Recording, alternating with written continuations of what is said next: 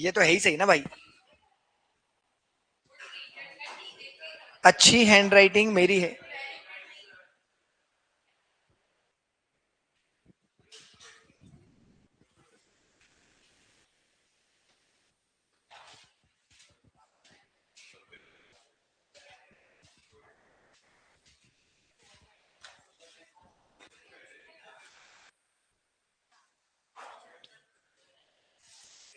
Okay, so good afternoon everyone. Chapter number 19 अपन लोगों का खत्म हो चुका है कल। हालांकि उसके आंसर्स अपन लिख रहे हैं, जिसमें दिसंबर 2025 वाला अटेम्प्ट के आंसर्स अपन लोग लिख चुके हैं और बाकी के आंसर्स अपने को आज लिखना है। तो दिसंबर 25 के पहले कौन सा अटेम्प्ट हुआ है? जून 2025 का। देखते हैं कि जून 25 में क्या कोई जाना पहचाना क्वेश्चन चैप्टर नंबर 19 का आया है या नहीं। तो ये देखिए जून 25 का ये पेपर है और इसके अंदर देखते हैं कोई आंसर क्वेश्चन हमें मिले। देखो भाई, ये सेट ऑन सेट ऑफ वाला बोनस एक्ट का क्वेश्चन है। बोनस अभी अपन ने ऑलरेडी कर चुके हैं, अप्रेंटिस अपना हो चुका है। ये रहा, क्या ये क्वेश्चन रेलेवेंट है? देखो, analyze the provision related to nursing break and creche facility under the maternity benefit act 1961। Act का नाम बदल जाएगा, सोशल सिक्योरिटी कोड 2020 आ जाएगा। बाकी प्रोविजन और आंसर तो बिल्कुल सेम ही है। हाँ या ना? इसका आंसर लिखेंगे, चलो। क्वेश्चन नंबर 6A का 3 जून 2025। जब तक तुम लोग ढूंढो के कहां पर दिया हुआ है।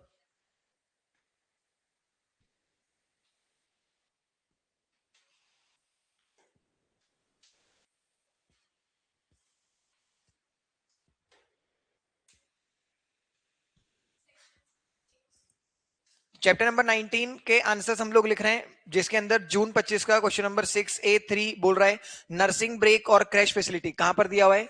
सेक्शन नंबर 66 के अंदर ये वाला प्रोविजन दिया हुआ है। अच्छा, नर्सिंग ब्रेक 66 में और क्रैश फैसिलिटी सेक्शन 67, तो दोनों लिखेंगे अपन को, दोनों लिखना है।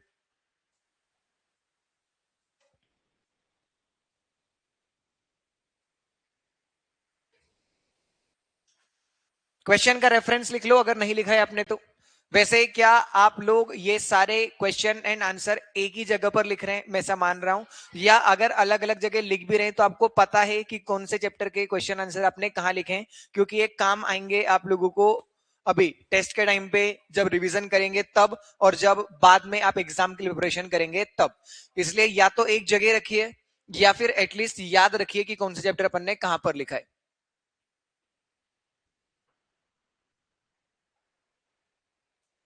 Answer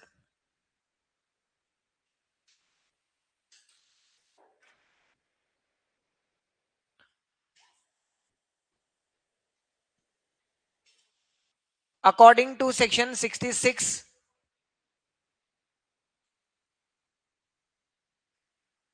according to section 66 of code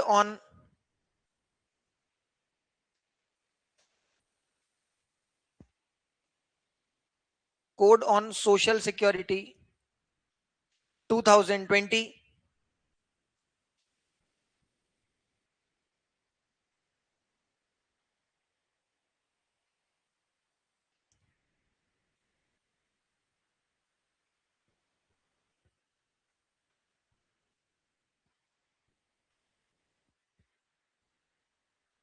every woman who returns to duty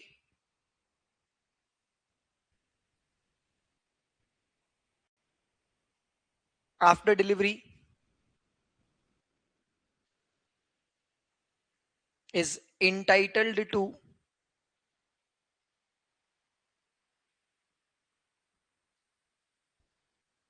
is entitled to two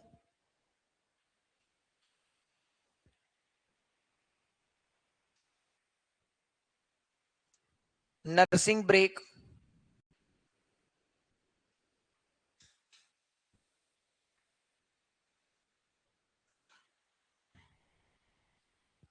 during her daily shift.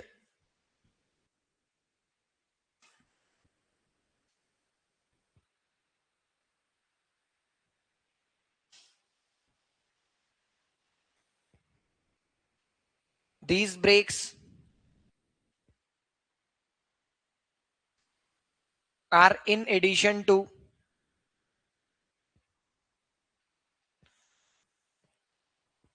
regular break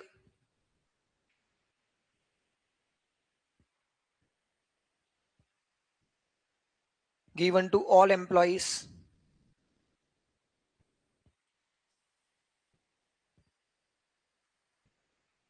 like lunch break. ये जो लंच ब्रेक वगैरह मिलते हैं ये तो मिलेंगे ही सही.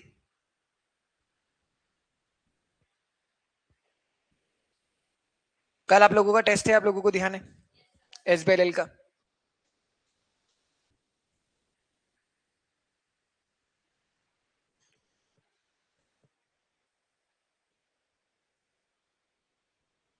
यस, जो सेक्शन मैंने भेजे हैं आप लोगों को ग्रुप पर सिर्फ वही वही करना है, उसके अलावा कोई दूसरा याद मत करिए. सिर्फ जो सेक्शन की लिस्ट मैंने भेजी थी सिर्फ वही. 22 में तो कुछ बताने की जरूरत है ही नहीं, 22 तो है ही छोटा सा. बाकी के तीनों में भेज चुका हूं आप लोगों को. The exact length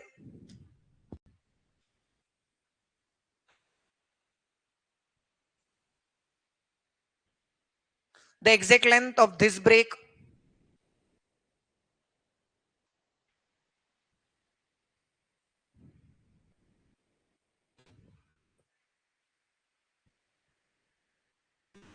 is prescribed by central government. तो ये नर्सिंग ब्रेक था.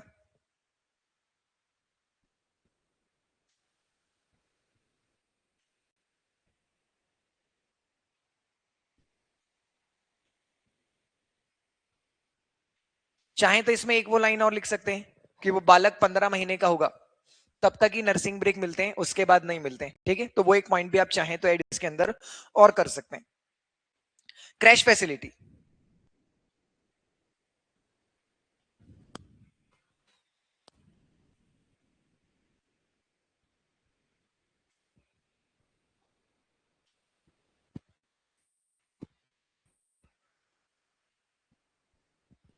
The law make it mandatory for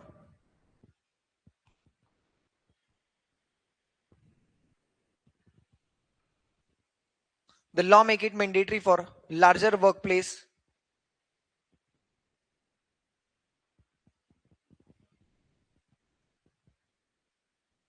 to provide a crash.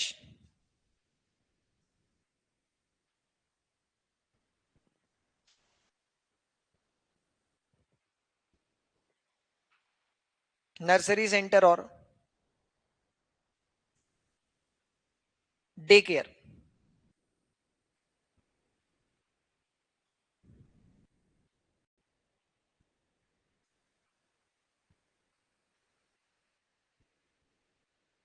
Any establishment with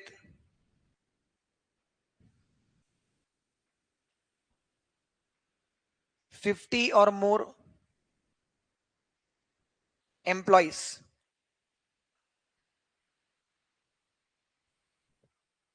bracket में irrespective of their gender.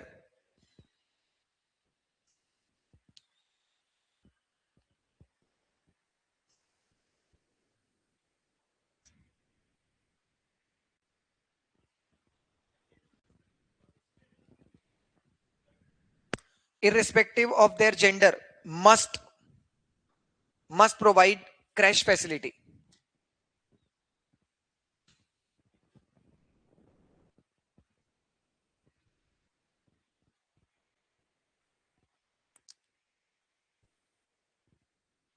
The facility must be within the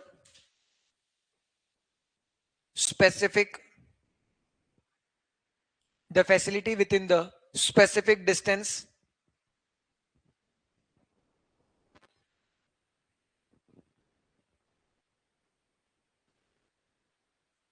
from workplace.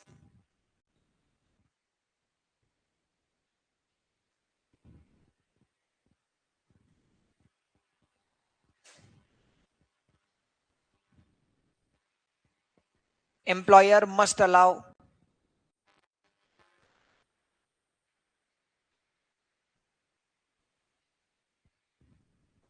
Employer must allow 4 visits a day.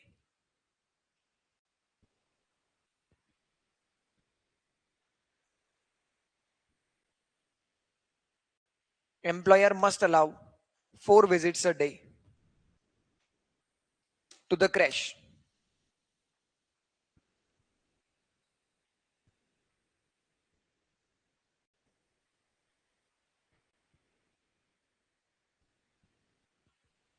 This 4 visit include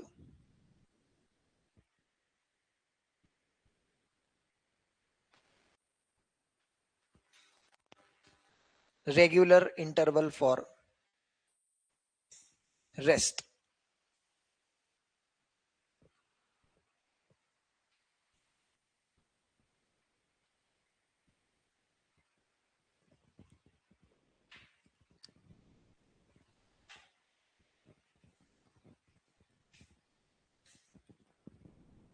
Small or medium enterprises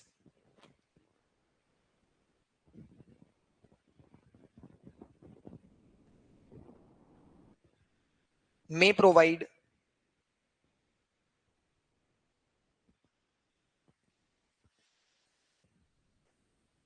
shared crash facility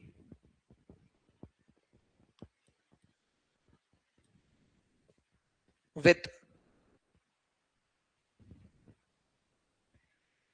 other enterprises. बोलो, कोई समस्या? ये question लिखा अपन ने कौन सा? क्या question number 6A का 3 जून 25. ठीक है, हो गया? कोई कंफ्यूजन इसके अंदर? कोई कंफ्यूजन यहां तक? दूसरा क्वेश्चन, जून 25 में 6 क्वेश्चन है, बहुत सारे, ढूंढते जाओ, मिलेंगे. ये वाला अपन ने कर लिया, फिर ये नहीं, ये नहीं, ठीक है. अब क्वेश्चन नंबर 6 आईसीसी एलसीसी अपन कर चुके हैं. ये रहा चैप्टर 22 का, खैर ये अपन ऑलरेडी लिख चुके हैं यार. इसका एंटरप्राइज वाला क्वेश्चन ऑलरेडी लिख चुके हैं. Simplification of labour law. ये रहा, Ravi Kumar has been employed at XYZ Private Limited for the past 12 years and is a member of the EPF. Due to the financial difficulty, he has taken a personal loan of rupees 5 lakh from a bank. 5 lakh रुपए का उन्होंने loan ले रखा है. To repay this loan, he wishes to withdraw a portion of EPF balance and has submitted the application to the EPFO. और EPFO में उन्होंने एक application submit करी है. Based on the provisions of EPF and Miscellaneous Provision Act, answer the following question. Is Ravi Kumar allowed to withdraw EPF balance to repay a personal loan? या EPF को withdraw किया जा सकता है personal loan पे करने के लिए? ऐसा अपन ने कुछ पढ़ा नहीं एक्चुअली. जो पुराना वाला एक्ट था ईपीएफ एक्ट 1952, इसके अंदर लिखा हुआ था कि जो ईपीएफ का पैसा हर महीने जमा होता है, ये पैसा वैसे तो कब मिलता है? जब आप सुपर एन्युएशन की एज पर आते हैं तब आपको लमसम पैसा. या फिर आपको याद है अपन एक जगह वर्ड पढ़ा है इमरजेंसी, या फिर पैसा कहां पे निकाल सकते हैं? इमरजेंसी. नए वाले कोड में उन्होंने इमरजेंसी को डिफाइन नहीं किया. पुराने वाले एक्ट में लिखा हुआ था कि पीएफ का पैसा सुपर एन्युएशन के पहले आप कब कब विड्रॉ कर सकते हो.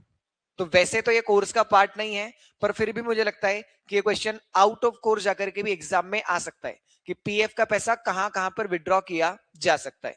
तो प्रोविजन सेम है जो पहले लगते थे, बस फर्क इतना है कि अपने मॉड्यूल का पार्ट नहीं है इस बार.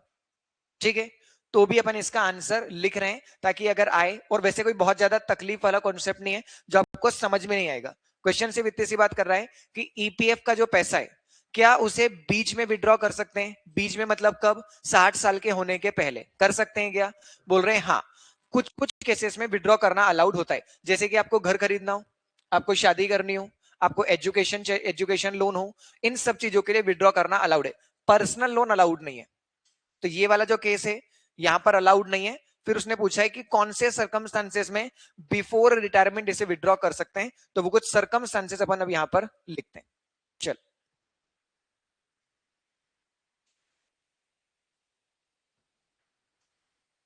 Question number 6C.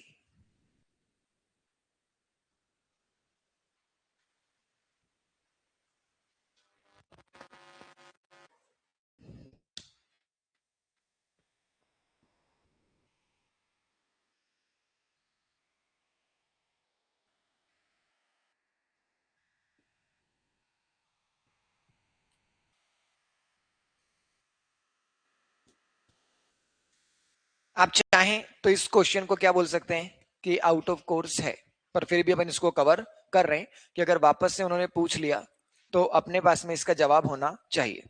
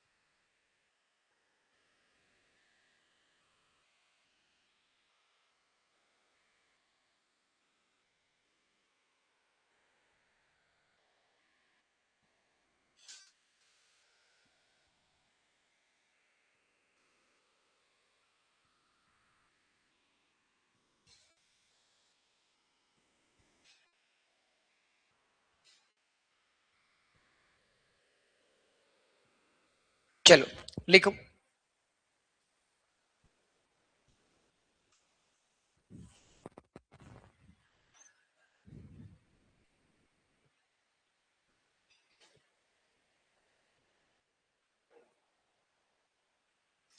परसोइंट to the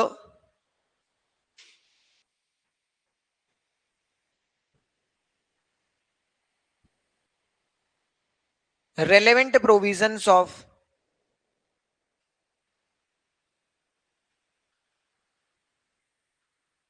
pursuant to the relevant provisions of code on social security 2020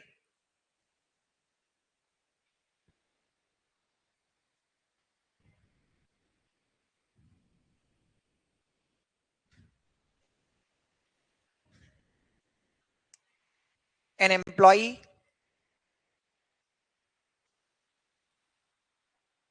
is not entitled to an employee is not entitled to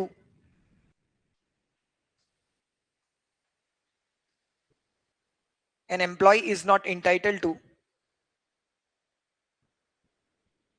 withdraw funds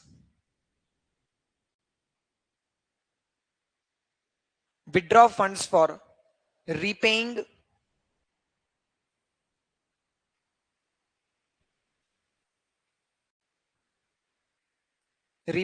personal loan. बोल रहे कि personal loan repay करने के लिए क्या नहीं कर सकते आप, पैसा विड्रॉ नहीं कर सकते, बस इतना सही है।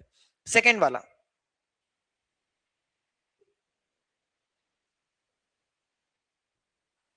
circumstances where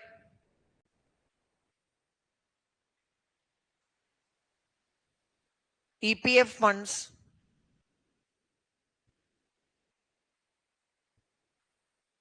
can be withdrawn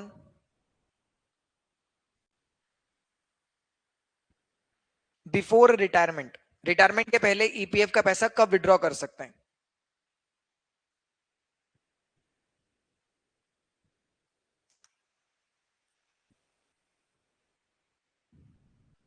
medical treatment, ये वो इमरजेंसी हैं जो इमरजेंसी लिखी हुई थी, तो medical treatment for self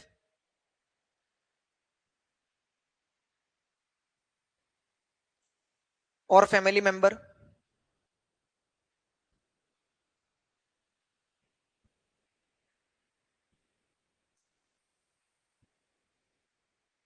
marriage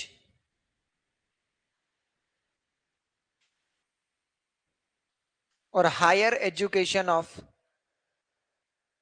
self,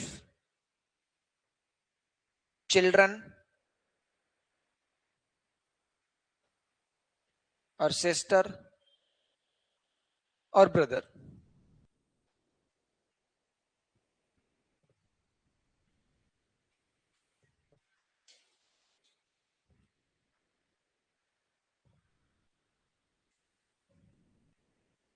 purchase और construction of house,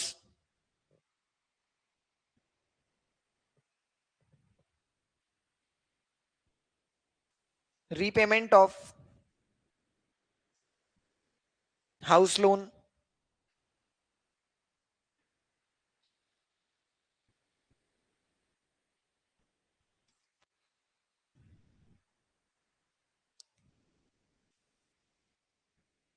unemployment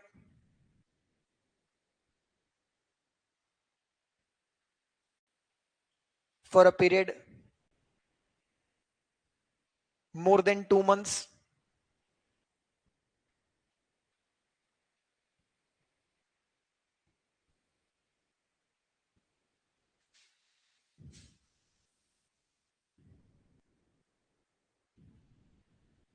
in case of damage of property due to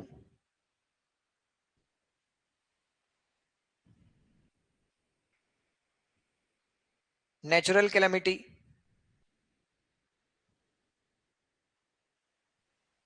such as flood,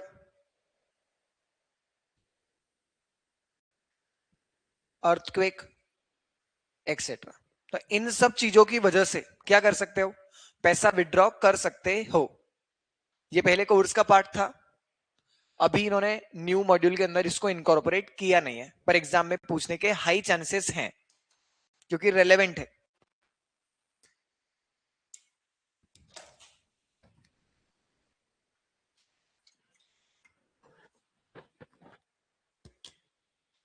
बोलो यहां तक कोई समस्या? लिख लिया ये आंसर? ठीक, ये ईपीएफ का क्वेश्चन था।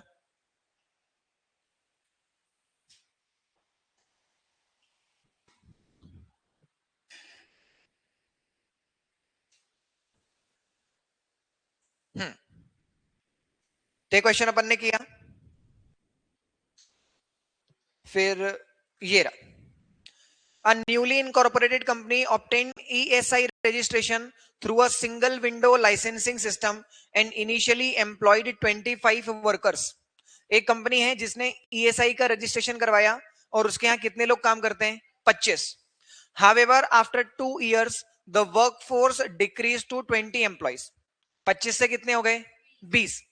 Company received a notice from ESI department for failing to file return.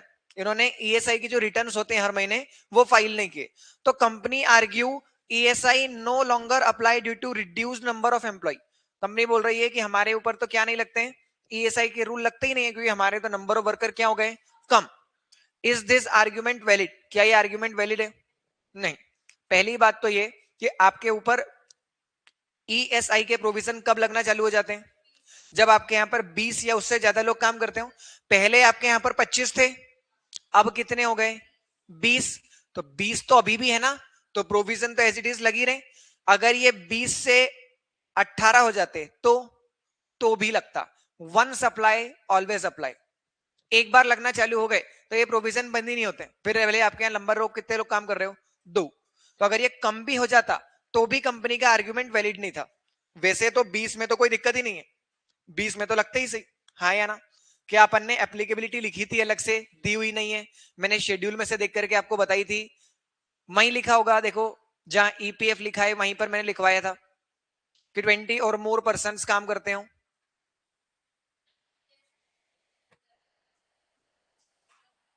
ESI में और ईपीएफ में क्या पढ़ा था अपन ने? 10।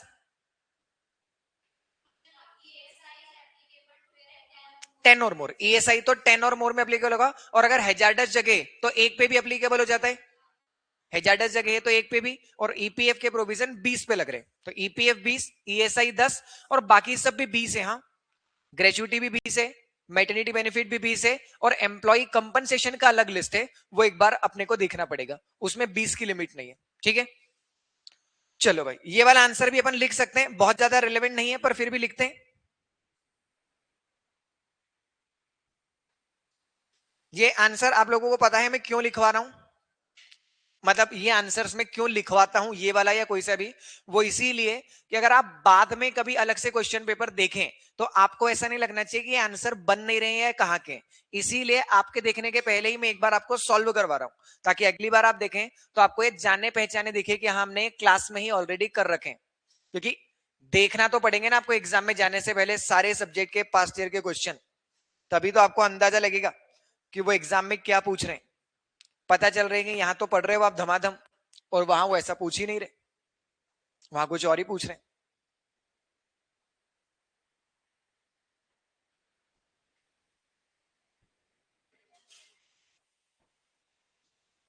Question number 6D, June 2025।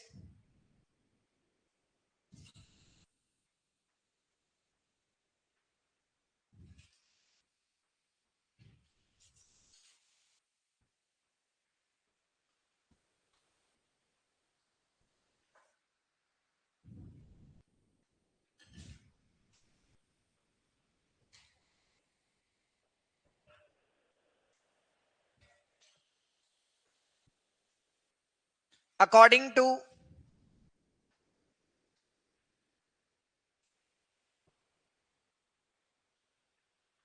To first schedule,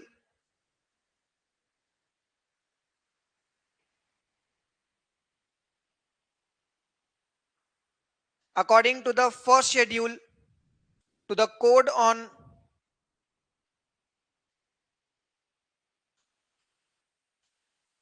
according to the first schedule to the code on social security 2020,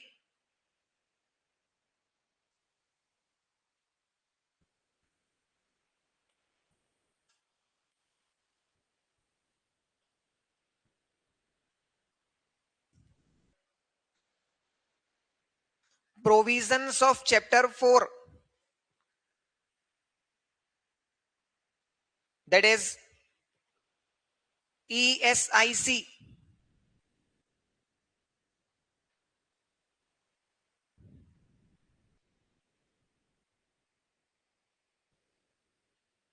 shall be applicable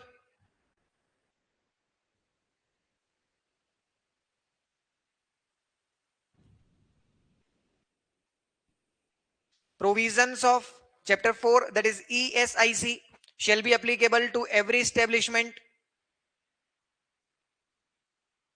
in which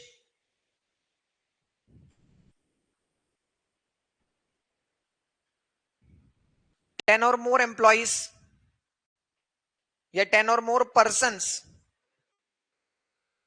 in which 10 or more persons, क्या समस्या है, in which 10 or more persons are employed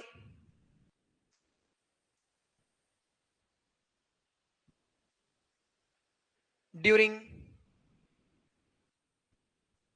preceding 12 month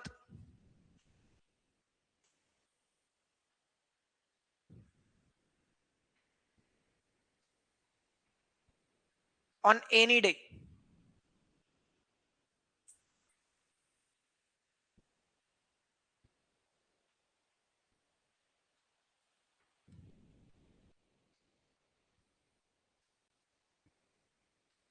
Further provided that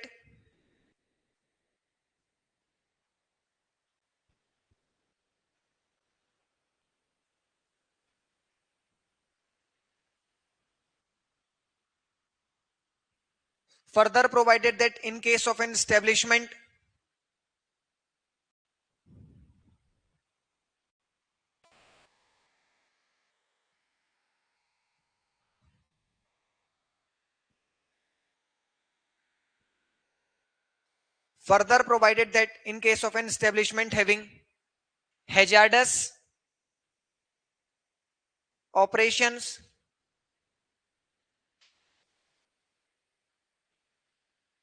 provision of ESIC shall be applicable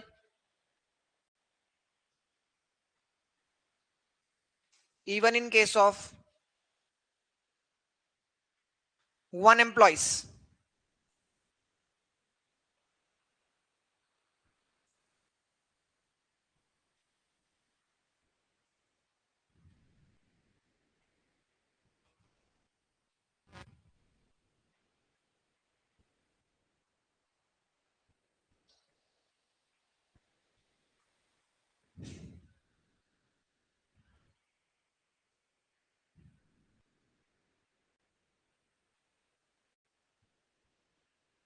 provided further that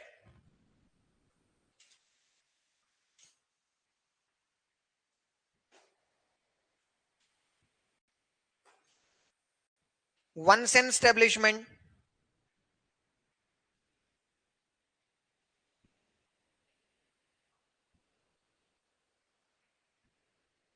falls within the ambit of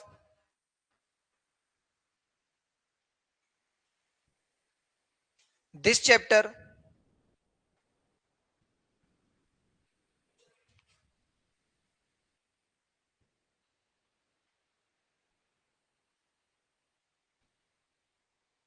it continues to be governed by its provision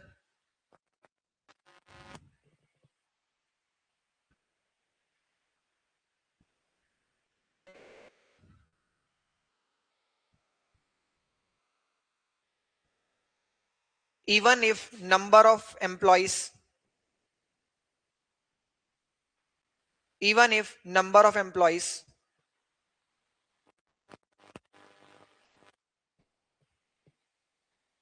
falls below. एक बार जो applicable हो गया तो फिर applicable होते ही रहेंगे.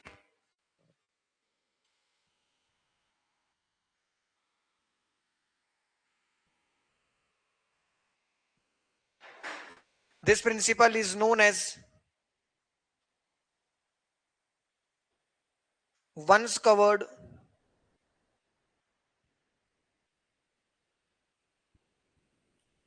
always covered.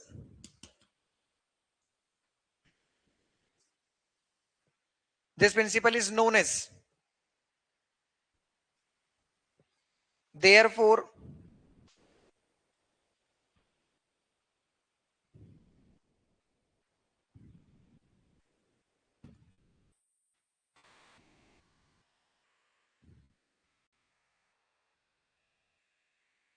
provisions will be applicable to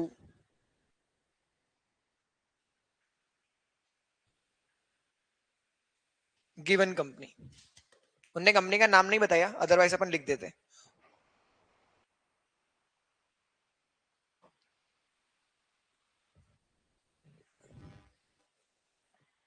बोलो कोई समस्या, कोई समस्या यहां तक?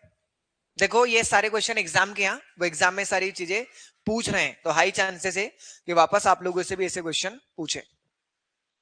तो ये क्वेश्चन भी अपन लोगों ने कर लिया. 6 अब खत्म हुआ, अब 5 की तरफ चलते हैं.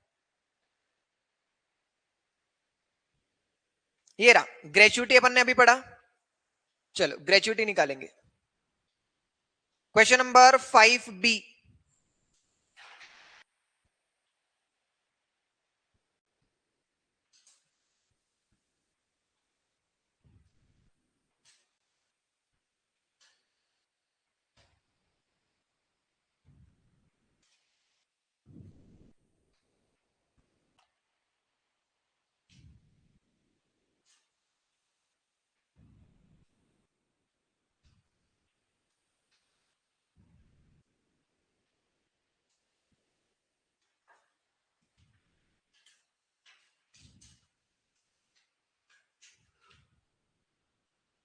X a worker served as a contract worker in the company for 26 years.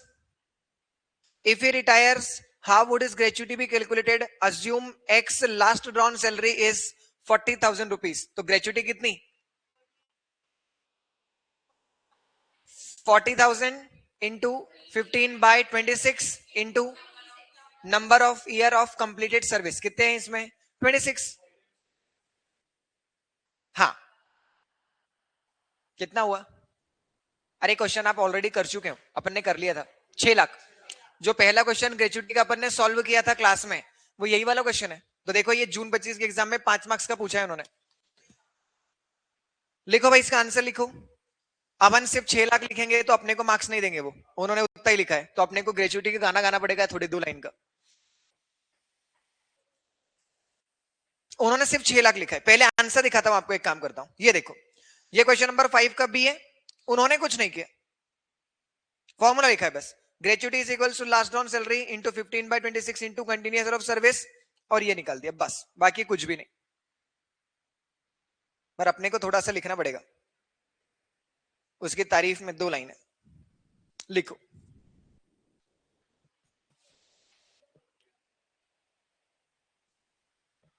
Gratuity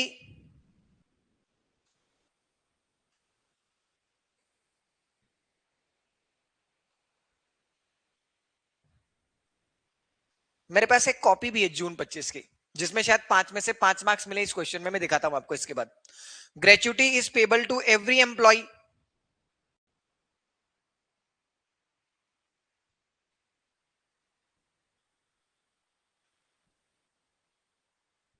at the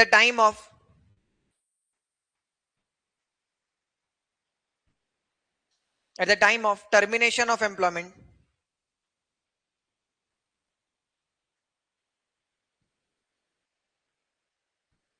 if he has provided 5 years of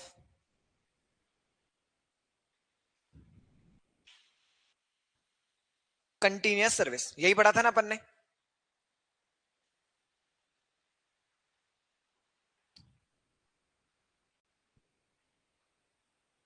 X has given 25 years of service, hence he is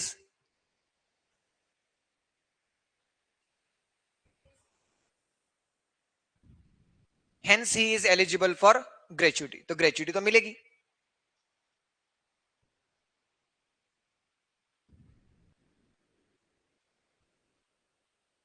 amount of gratuity is equals to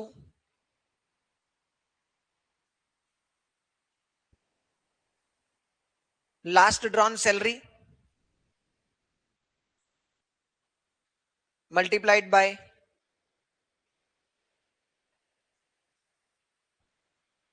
completed year of service multiplied by 15 by 26 is equals to 40,000 multiplied by 26 multiplied by 15 by 26 is equals to rupees 6 lakh।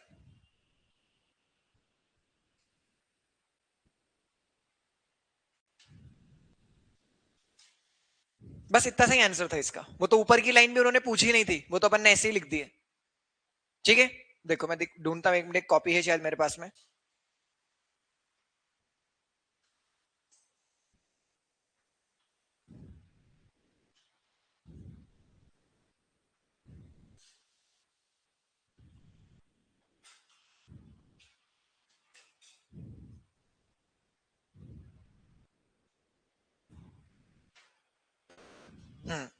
5 marks तो दिए हैं, पर इसने गाना बहुत गाया है, इतना गाना गाने की जरूरत नहीं थी। ये देखो, क्वेश्चन नंबर 5 भी पार्ट 2 लिखना चालू किया था उसने। तो ग्रेच्युटी के बारे में उसने लिखा पहले कि as a token of appreciation ये पैसा मिलता है। फिर उसने लिखा कि ग्रेच्युटी कब मिलती है, जब सुपर एनेशन हो, रिटायरमेंट हो, रेजिग्नेशन हो, या फिर डेथ।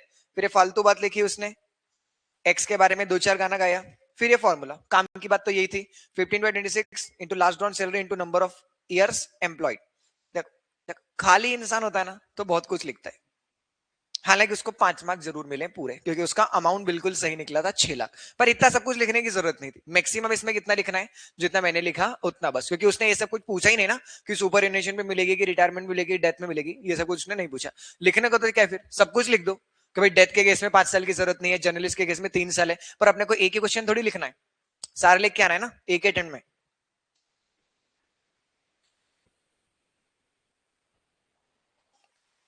ठीक है, तो ये लिखा अपन ने जून 25। तो मेरे हिसाब से ये जून 25 का लास्ट क्वेश्चन था यार। इसके बाद जून 25 खत्म हुआ है। तो देखो ये नहीं है, ये कर लिया अपन ने, ये नहीं है इसका, और ये। तो जून 25 यहां पर खत्म हुआ। शायद तक 5 क्वेश्चन अपन लोगों ने लिखे मेरे हिसाब से। 25 मार्क्स का ये चैप्टर आया था जून 2025 में।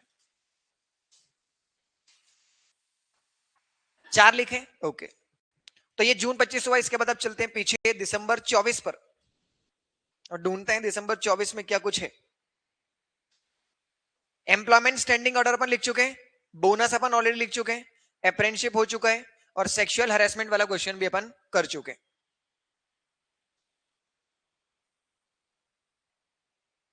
फिर ये रहा, ये देखो, भोली मैडम है इसके अंदर एक, प्रिया, उनके बारे में बात करेंगे। उनको अपने राइट्स के बारे में नहीं पता, हमें बताना है।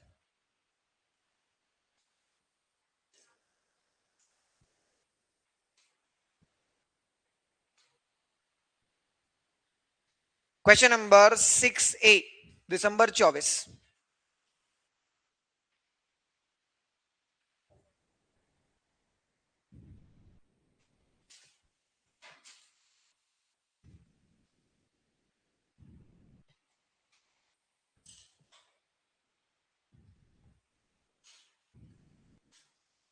पढ़ो भाई क्वेश्चन। क्या ये जाना पहचाना क्वेश्चन है? एक बार देखो। एबीसी लिमिटेड या ABC health care is a well establish hospital with a workforce of 100 female employees. 100 महिलाएं काम कर रही है वहां पर। One of the nurse Priya is expecting her first child and is preparing to take a maternity leave, और उसके लिए छुट्टी लेना चाहती है। Priya is not aware of her right to payment of maternity benefit, पता नहीं उसको कैसा कुछ होता है। And she is unsure about the procedure for claiming this benefit, और उसे प्रोसीजर भी नहीं पता, कौन सा नोटिस देना पड़ता है ये भी नहीं पता। Advise Priya on her right to payment of maternity benefit and on the requirement for the notice of claim of maternity benefit. चलो भाई ढूंढो। दो सेक्शन होंगे इसके, दो सेक्शन में फैला हुआ ये।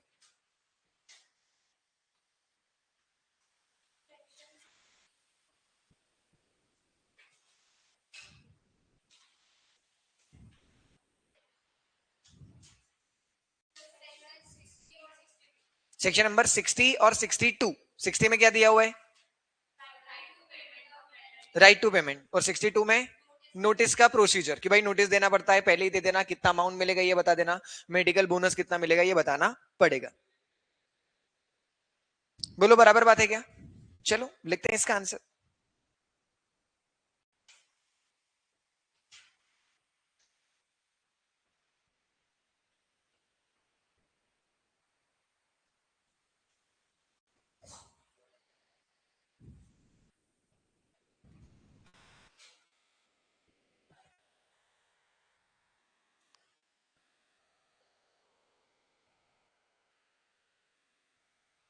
अकॉर्डिंग टू सेक्शन नंबर 60, पहले सेक्शन नंबर 5 और 6 हुआ करता था, तो इससे अब अपने को मतलब नहीं है क्योंकि अब तो एक्ट ही चेंज हो गया। तो according to section number 60,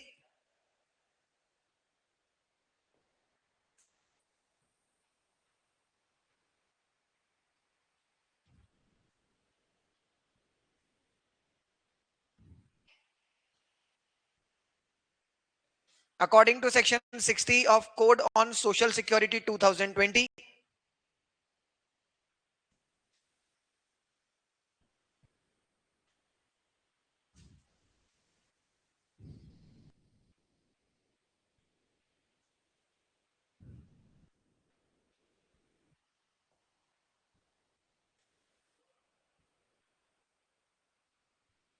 every woman is entitled to,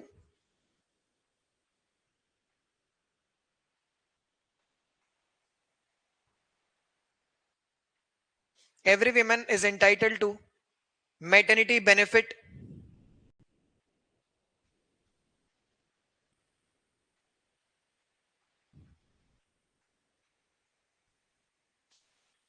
if she has worked,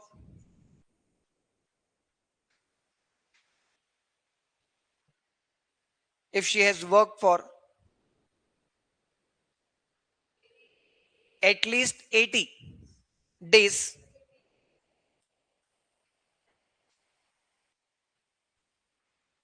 in the 12 month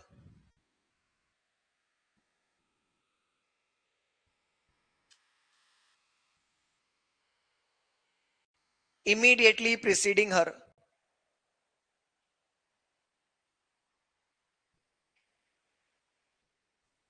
delivery date,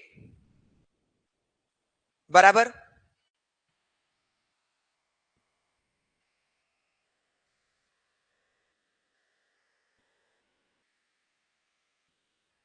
she gets her,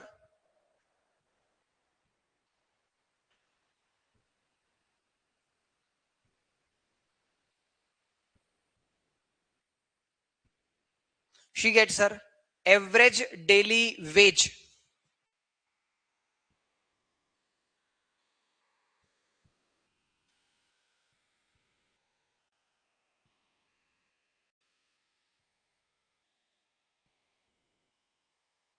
for the period of leave.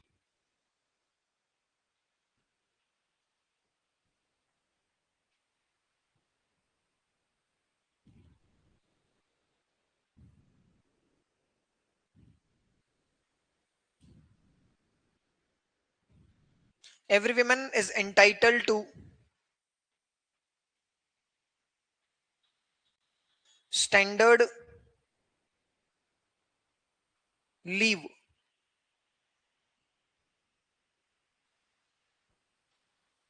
for the duration of 26 weeks,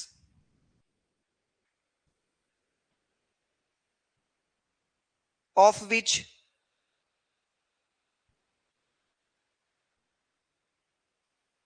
maximum 8 weeks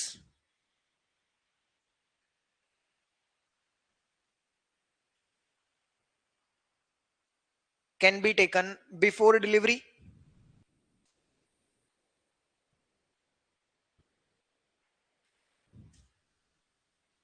remaining 18 weeks post delivery. बराबर. तो क्या लिखेंगे अपन यहां पर, ऐसे ही लिख देते हैं, एक लाइन छोड़ के लिखो इसको. एक काम करो, total 26 week is equals to 8 pre plus 18 post. कि अगर तुम किसी ने तुम्हारा पूरा पैराग्राफ नहीं भी पढ़ा तो वो ये लाइन पढ़ के उसको समझ में तो आ जाएगा. हाँ या ना.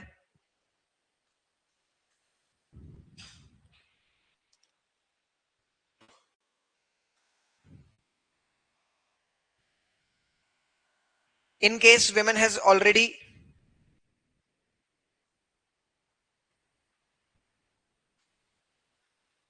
more than 2 child, or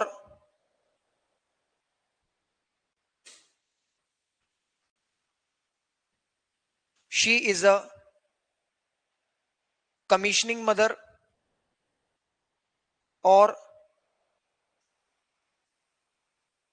commissioning mother मतलब सरोगेसी से जो मदर बनती है वो, और she has adopted child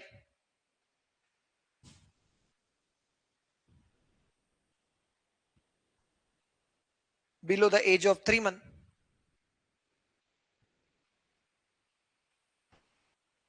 she is entitled to 12 weeks of leave. बराबर. ऐसे केस में 12 मिलेगी, जिसमें ब्रैकेट में लिख दो 6 प्री प्लस 6 पोस्ट. बराबर. ये सेक्शन नंबर 60 के बारे में बात करी अपन ने, क्योंकि उसने राइट भी पूछे थे और नोटिस. तो अभी अपन ने राइट लिखा है. आप मान के चलिए कि इसके 3 मार्क्स होंगे. क्यों?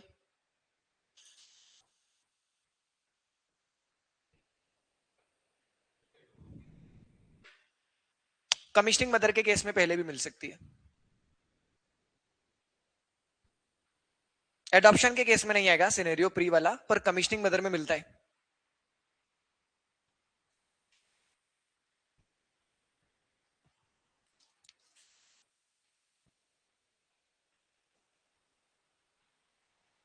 According to section 62,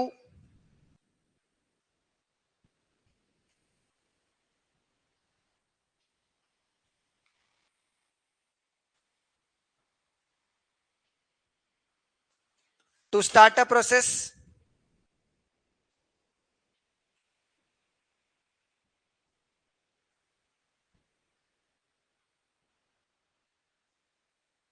women must give written notice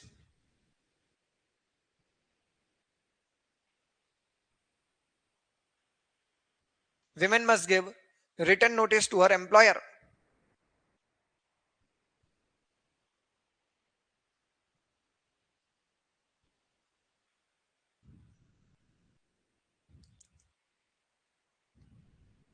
The notice shall state The notice shall state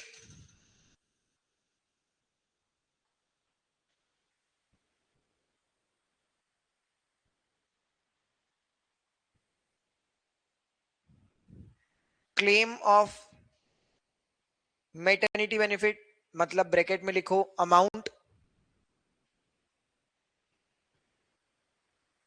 nominee and promise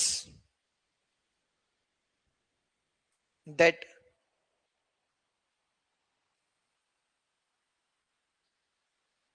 she will not work anywhere, वो कहीं और काम करने नहीं जाएगी।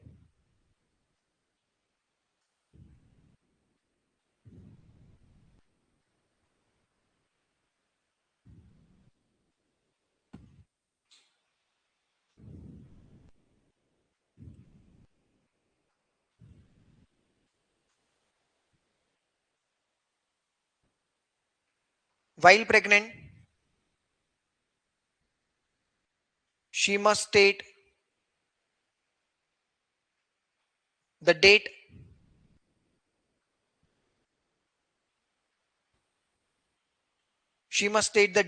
her leave start,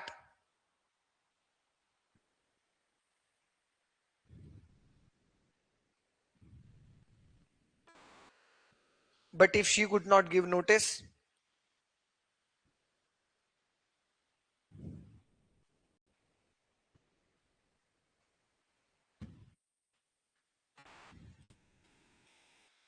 she can give it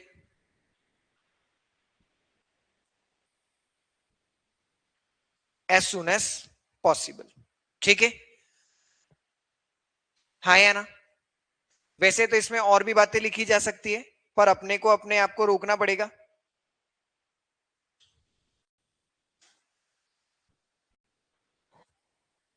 बोलो भाई, बराबर बात है यहां तक? कोई समस्या? क्लियर?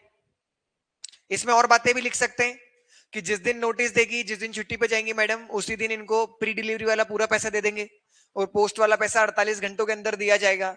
यहां पर चाहे तो वो बात भी लिख सकते हैं कि ये एम्प्लॉयर की ड्यूटी है कि वो कोड ऑन सोशल सिक्योरिटी का एक्सट्रैक्ट अपने यहां पर लगाएं ताकि लोगों को उनके राइट के बारे में पता हो। पर इतना सब कुछ लिखने में अपना पेपर छूट सकता है, तो अपने को अपने आप को रोकना पड़ेगा कि ये सफिशिएंट है। वैसे भी कितना ही क्यों ना लिख लो, वो 5 में से 5 तो यूं भी नहीं दे रहे, 3 में से 3 देंगे उधर वाले पार्ट में, पर इधर 5 में से 5 बहुत मुश्किल है। तो दिसंबर 24 का ये एक क्वेश्चन अपन लोगों ने लिख लिया। क्वेश्चन नंबर 6 का ए। फिर ग्रेचुटी, ग्रेचुटी अपन अभी पढ़ा है ना, अपन ने इसी चैप्टर के अंदर है ना? Yes.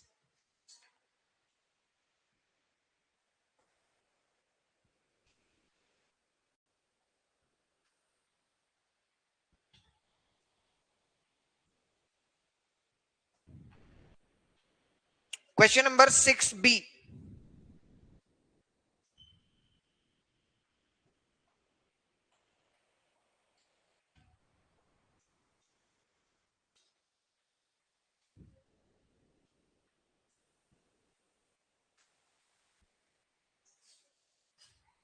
Question number 6B December 2024। चलो भाई पढ़ो इसको। Technosoft solution, a software development company, has been in operation for over a decade and has a workforce of 150 employees। एक कंपनी है टेक्नोसॉफ्ट नाम की, जिसके अंदर बहुत सारे लोग काम कर रहे हैं। कितने लोग? बहुत सारे, 150 लोग जो हैं टोटल काम कर रहे हैं। Recently one of the senior software engineer Rajesh decided to resign after completing 5 year of services. He is inquiry about entitlement to gratuity, क्या उसे ग्रेचुटी मिलेगी या नहीं? Under what circumstances and to whom gratuity is payable. तो यहां पर gratuity का बहुत सारा बातें अपने को लिखनी है, जैसे कि ग्रेचुटी कब मिलती है?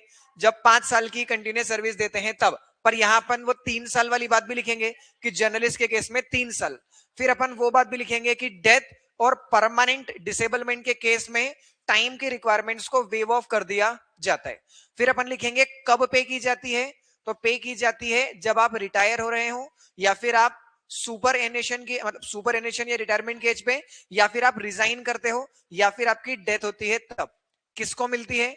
खुद उस पर्सन को जो इंटाइटल्ड है, अगर उसकी डेथ होती है तो उसके नॉमिनी को मिलती है, क्योंकि इसने बहुत सारी बात पूछी है, सरकमस्टांस भी पूछा है, and to whom it is payable वो भी पूछा है, हाँ या ना।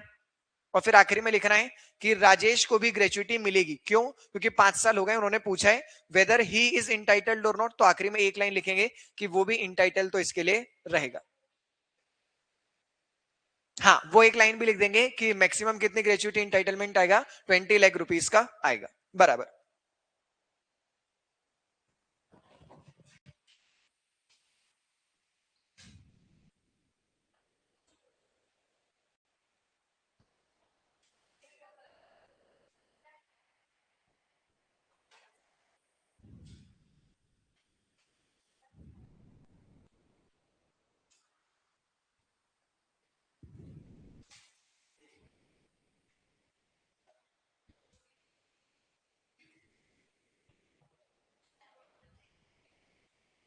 लिखो भाई answer.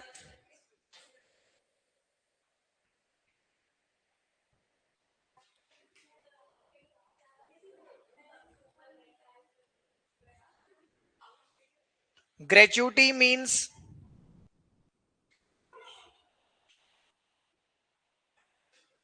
gratuity means an amount of payment। Question है question number 6 B, December 24। Gratuity means an amount of payment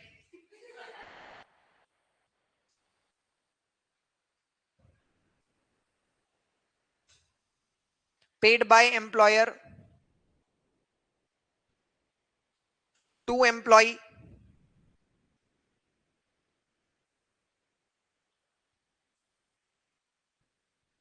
as a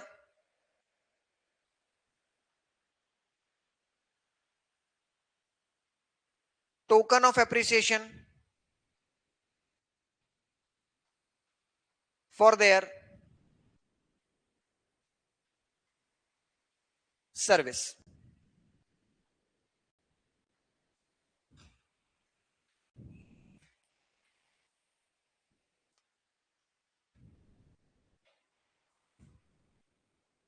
According to section 53,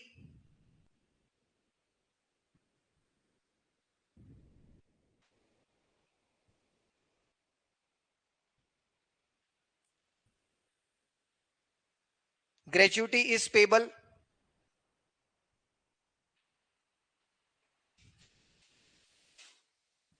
gratuity is payable to every employee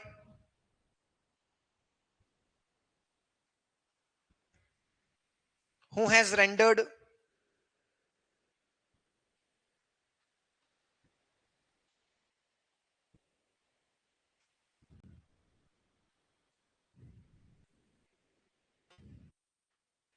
who has rendered 5 years of completed 5 years of my bad continuous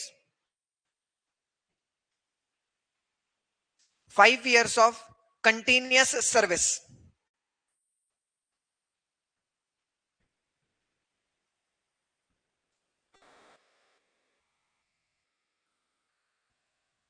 However, in case of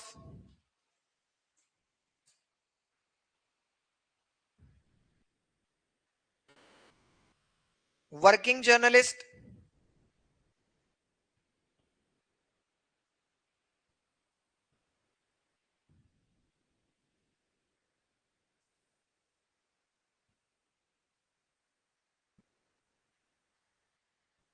only 3 years are required।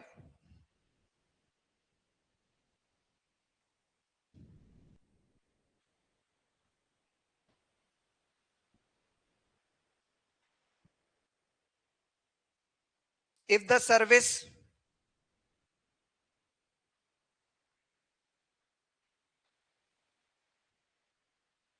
terminates because of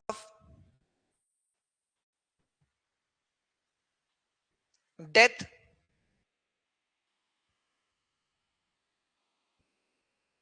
or disablement,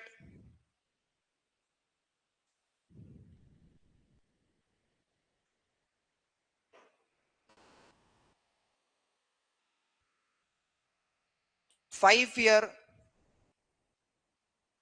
wait period is waived. Waived का मतलब क्या होता है? Not required.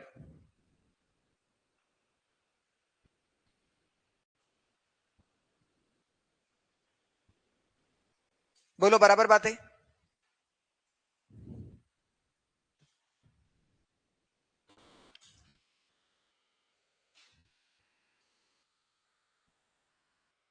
Gratuity is payable.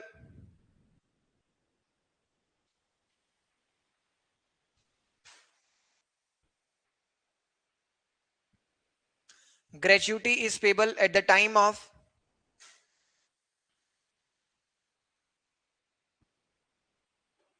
retirement, resignation,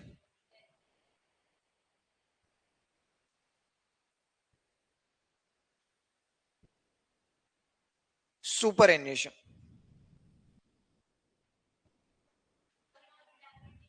एक ही होता है पर वो अलग अलग बार यूज करते हैं. सुपर एन्युएशन.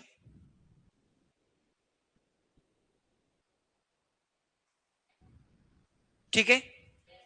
तो यस. डेथ.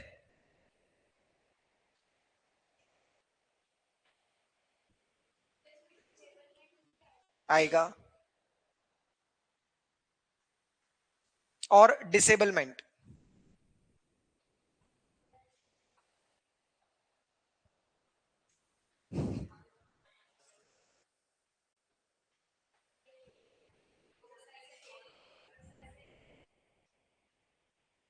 उसमें पड़ रही है.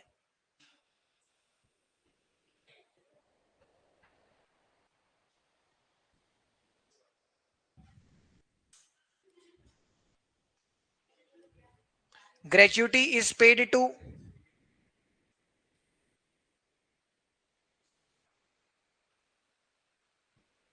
Employ himself. मिलेगी किसको?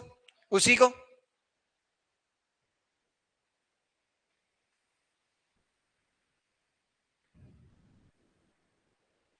But to his nominee in case of death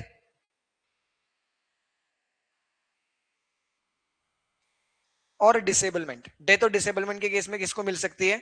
nominee को भी मिल सकती है. ठीक है. बोलो भाई क्या इस क्वेश्चन में कोई समस्या? यही बात उसने पूछी थी अपने से. ग्रेच्युटी मतलब बता दो कब मिलती है, किन सर्कमस्टेंसेस में मिलती है और किसको मिलती है. बराबर. देख रहे हो आप ग्रेच्युटी छोटा सा पोर्शन है, 4-5 सेक्शन का है, पर एग्जाम में काफी फ्रीक्वेंटली आता है. तो ये क्वेश्चन अपन ने कर लिया. फिर है पेमेंट ऑफ वेजेस. ऑलरेडी अपन कर चुके हैं. कॉन्ट्रैक्ट लेबर हो चुका है.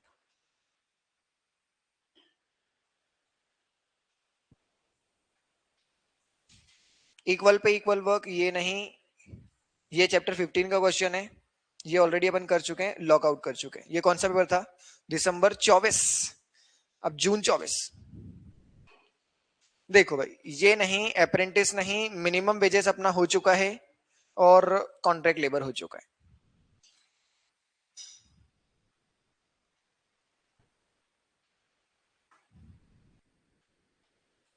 सेक्सुअल हरासमेंट हो गया. Maternity benefit. ये देखो. Shailaja a female employ working in a MNC multinational company informed the manager of company about her pregnancy. She sought guidance on the maternity leave entitlement and benefit under the Maternity Benefit Act. As the manager of the company, advised Shalja on the maternity leave entitlement and benefit available to her under the Maternity Benefit Act. Already लिख चुके अपन ये वाला. वो जो प्रिया वाला लिखा था ABC health care के अंदर, वहां भी राइट ही थे और यहां पर भी राइट. तो बस वहां पर रेफरेंस दे दो. Question number 6B June 24.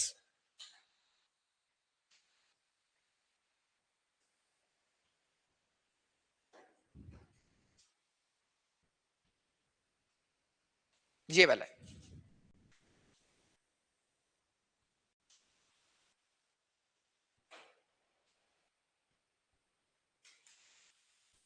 Question number 6B June 24. फिर बोनस बोनस अपन ऑलरेडी कर चुके हैं। इंडस्ट्रियल डिस्प्यूट एक्ट अपना ऑलरेडी हो चुका है। EI code, define the term EI code. EI code मतलब क्या, and what type of matter are decided by EI code. ये अपन ने कल लिख लिया था शायद, ईआई कोड वाला आंसर अपन ने कल लिखा है शायद, जहां तक मुझे ध्यान है। देखो दिसंबर 25 का शायद पहला क्वेश्चन ही अपन ने ये लिखा था, लिखा है क्या? वहां पर रेफरेंस दो, क्वेश्चन नंबर 6A1, ये रहा।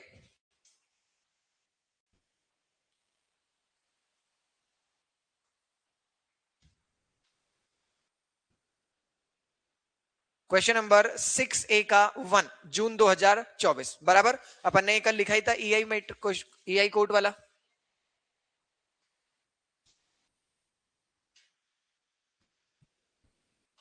फिर गिग वर्कर अपन करेंगे चैप्टर 15 में, इंडस्ट्रियल डिस्प्यूट एक्ट हो गया, और सोशल सिक्योरिटी चैप्टर 14 हो गया। एक क्वेश्चन पेपर लास्ट बचा है, अब कौन सा, दिसंबर 23। देखिए, factories act, ESIC, write down the benefit available to insured person or their dependent under the ESI Act 1948, section number 32। देखो भाई, क्या कल अपन ने सेक्शन नंबर 32 का कोई आंसर लिखा है क्या? नहीं लिखा है जहां तक, देखो एक बार।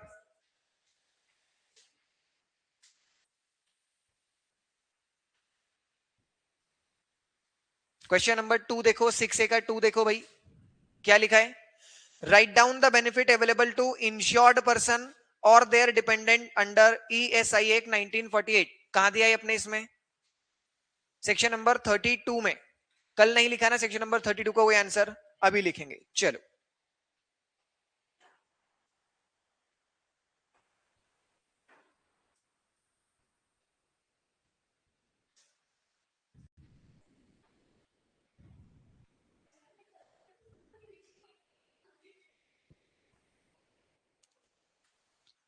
Question number 6A2,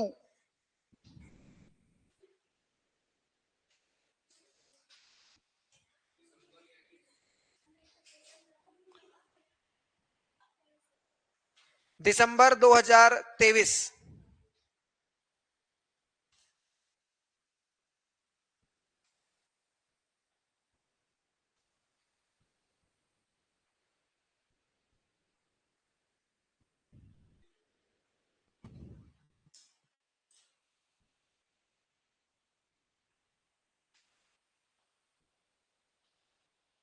section 32,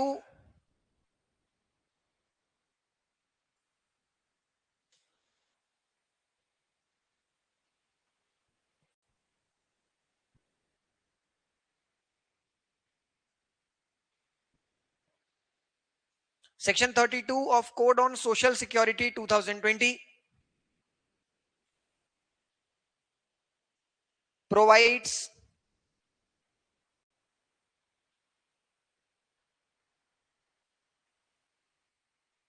six specific benefit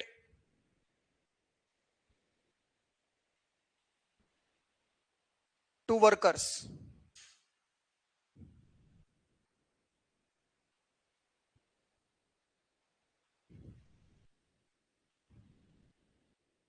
पहला सिकनेस बेनिफिट,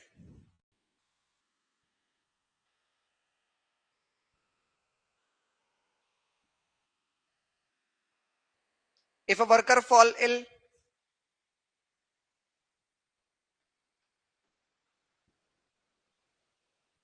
ESIC makes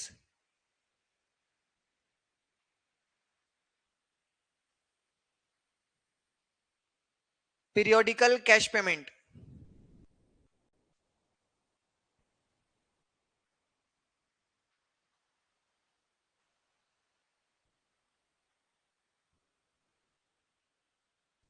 दूसरा maternity benefit,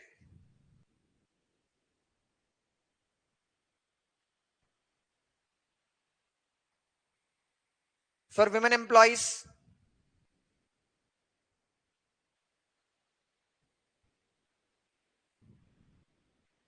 provide cash payment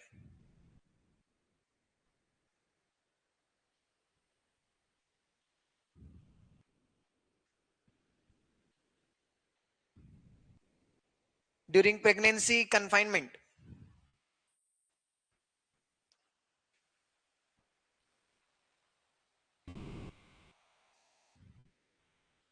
तीसरा, disablement benefit.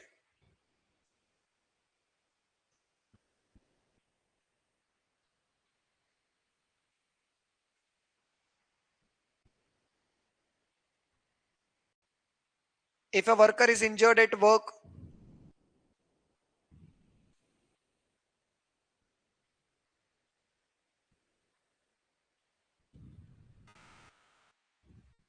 And loses ability to earn,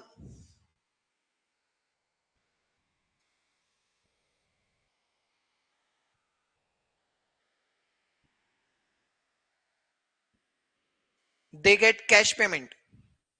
मैं उम्मीद कर रहा हूं कि ये जो आंसर्स अपन लोग लिखते हैं और अगर यही एग्जाम में आ रहे हैं, वापस से रिपीट होते हैं एसबीएलएल में, पार्ट ए में भी और पार्ट बी में भी, तो मैं उम्मीद कर रहा हूं आप लोगों से कि इन क्वेश्चंस में तो मार्क्स बिल्कुल नहीं कटने चाहिए, क्योंकि ये आंसर्स तो आप लोगों ने लिख रखे हैं ना, 2-3 बार पढ़ रखे हैं, मैं टेस्ट में पूछता हूं यही वाले क्वेश्चंस, तो कम से कम ये वाले क्वेश्चन तो अपने सिक्योर होने चाहिए। और रिपीट कितने हो रहे हैं ये आप लोगों ने इतने चैप्टर्स में देखा होगा, ये पार्ट ए में भी रिपीट हो रहे हैं और पार्ट बी में भी, तो कम से कम जो रिपीट होके क्वेश्चन आ रहा है वो तो अपने से बनना चाहिए, क्योंकि उनका आंसर अपन लिख रहे हैं साथ में, सारे के सारे आंसर अपन लोगों ने लिख रखे हैं। चौथा, तो ये वाले आंसर तो आपको एज इट इज याद करना है, सारे के सारे जो अपन लिख रहे हैं वो वाले, इसीलिए आप लोगों से लिखवा रहा हूं।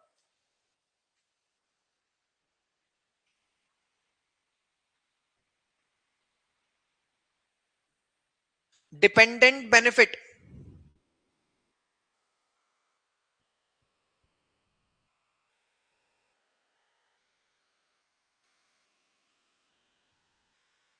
If worker die during,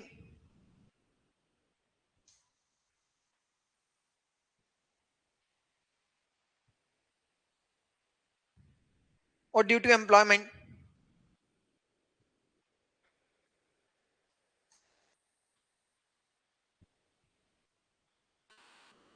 there family member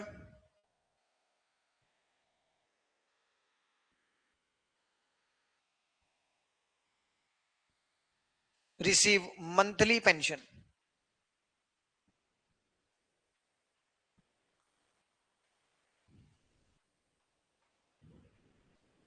पांचवा, medical benefit.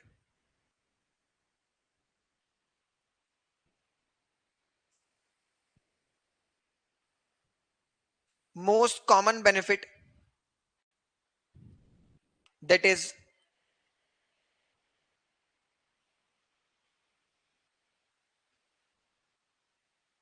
Direct medical treatment.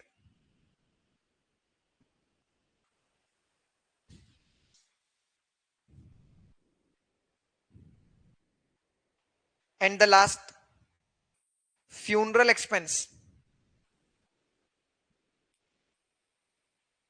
कितने पैसे मिलते हैं ये सबको याद है। A one time payment of ₹15,000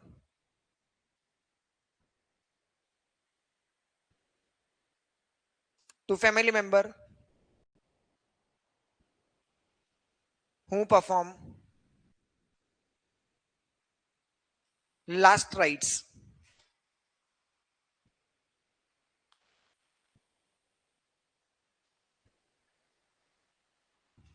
of deceased person।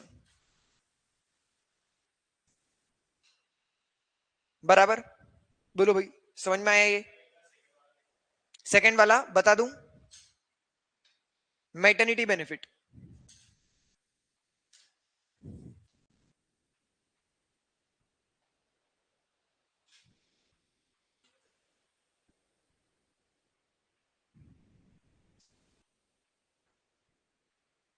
बोलो, कोई समस्या? क्या देखना पड़ेगा ना कि इसमें है कि नहीं है। ये वाला आंसर अपन ने लिखा, ये नहीं है, ये नहीं है, और बोनस एक अपन ऑलरेडी लिख चुके हैं। अब क्वेश्चन नंबर 6 में ये ग्रेचुइटी, ये देखो ग्रेचुइटी अभी अपन ने पढ़ा, वापस से question.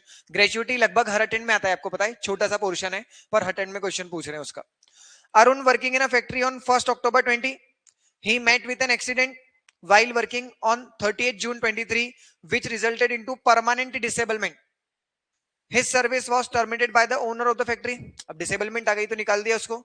The owner also denied to pay gratuity, gratuity नहीं दे रहे उसको, on the ground that he had not rendered continuous service of 5 years. आप बताओ ग्रेचुटी एक्ट को देखते हुए कि डिसीजन सही है बॉस का या नहीं? गलत है, क्योंकि अपन ने पढ़ा है कि डेथ और डिसेबलमेंट के केस में 5 साल की रिक्वायरमेंट अप्लीकेबल नहीं होती है. बस यही लिखना है इसका आंसर. सेम कहां हुआ ये? ऐसा क्वेश्चन कहां लिखा अपन ने? वो तो अपन ने डायरेक्ट लिखा था, ये केस स्टडी है.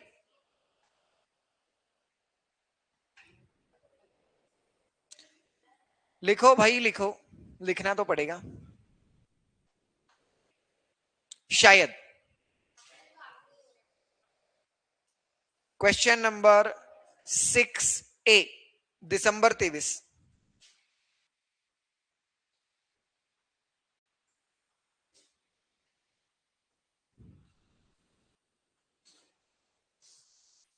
Question number 6A.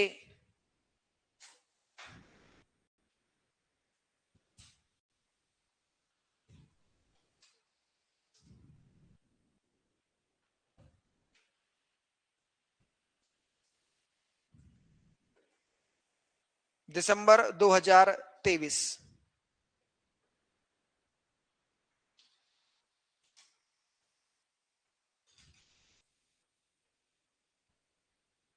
चलो भाई लिखो.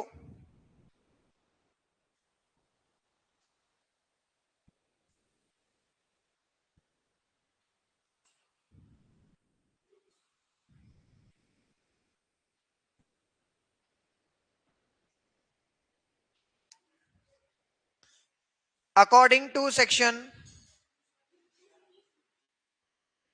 53 of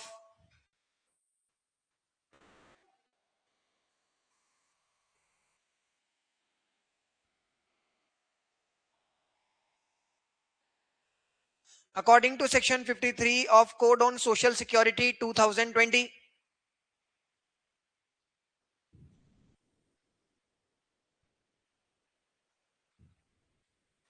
gratuity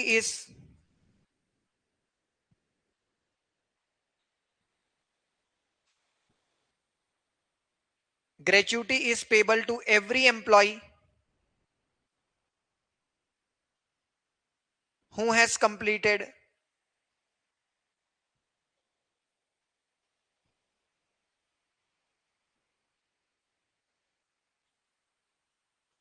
who has completed 5 years of continuous service.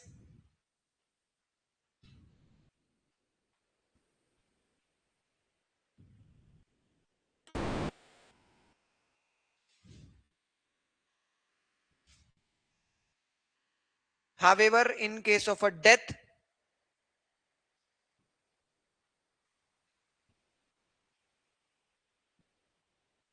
or disablement,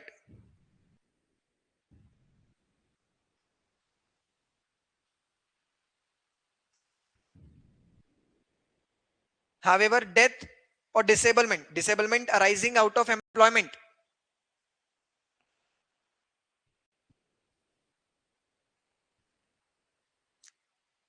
the 5 year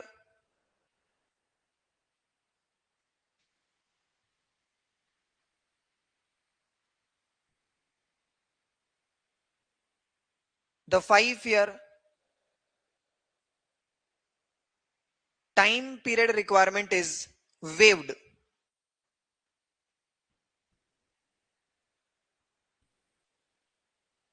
It means employee get gratuity even if he has worked for less than 5 years.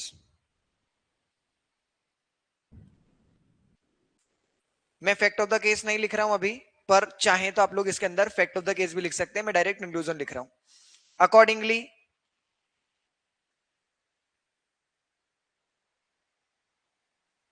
in the given question,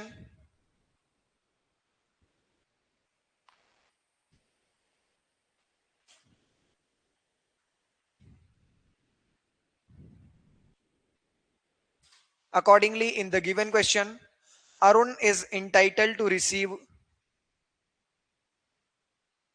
gratuity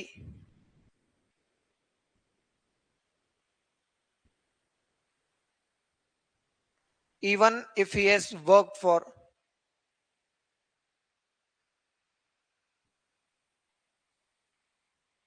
just 3 year, bracket में less than required, that is 5,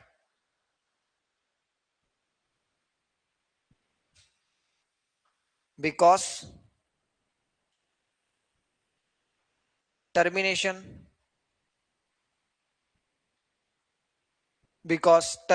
was result of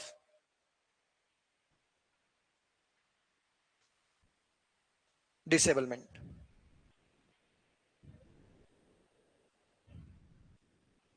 Hence we can say, last line, hence we can say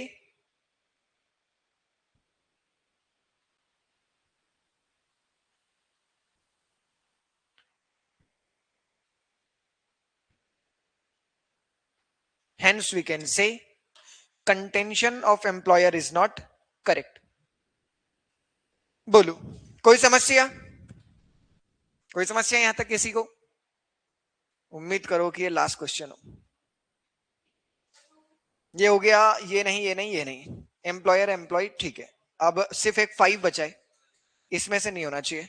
equal pay social security code अपन बाद में पढ़ेंगे 15 के अंदर, और खत्म. चलो, इसी के साथ चैप्टर नंबर 19 सबसे बड़ा चैप्टर था ये लेबर लॉ का, वो अपना कंप्लीट हुआ है अलॉन्ग विद द क्वेश्चन. कल अपना एक लास्ट चैप्टर बचा हुआ है, चैप्टर नंबर 15, जिसमें नया मुश्किल से अपने को 2 बातें पढ़नी है. एक गवर्नमेंट की अटल व्यक्ति विकास योजना स्कीम है, उसके बारे में पढ़ेंगे, और एक गिग वर्कर की डेफिनेशन पढ़ेंगे. बाकी पूरे वही हैं जो ऑलरेडी अपन इन 4 नए कोड के अंदर पढ़ के आए हैं कि कौन से एक्ट ने कौन से एक्ट को रिप्लेस किया, बस. बाकी कुछ भी नया नहीं. ठीक है, तो कल मोस्ट प्रोबेबली अपन चैप्टर नंबर 15 खत्म करके कल अपना कोर्स भी कंप्लीट हो जाएगा. चले, तो आज के लिए इतना ही. बाकी की बातें कर रहे हैं अपन लोग कल. चलो भाई, ऑनलाइन वालों, बाय बाय.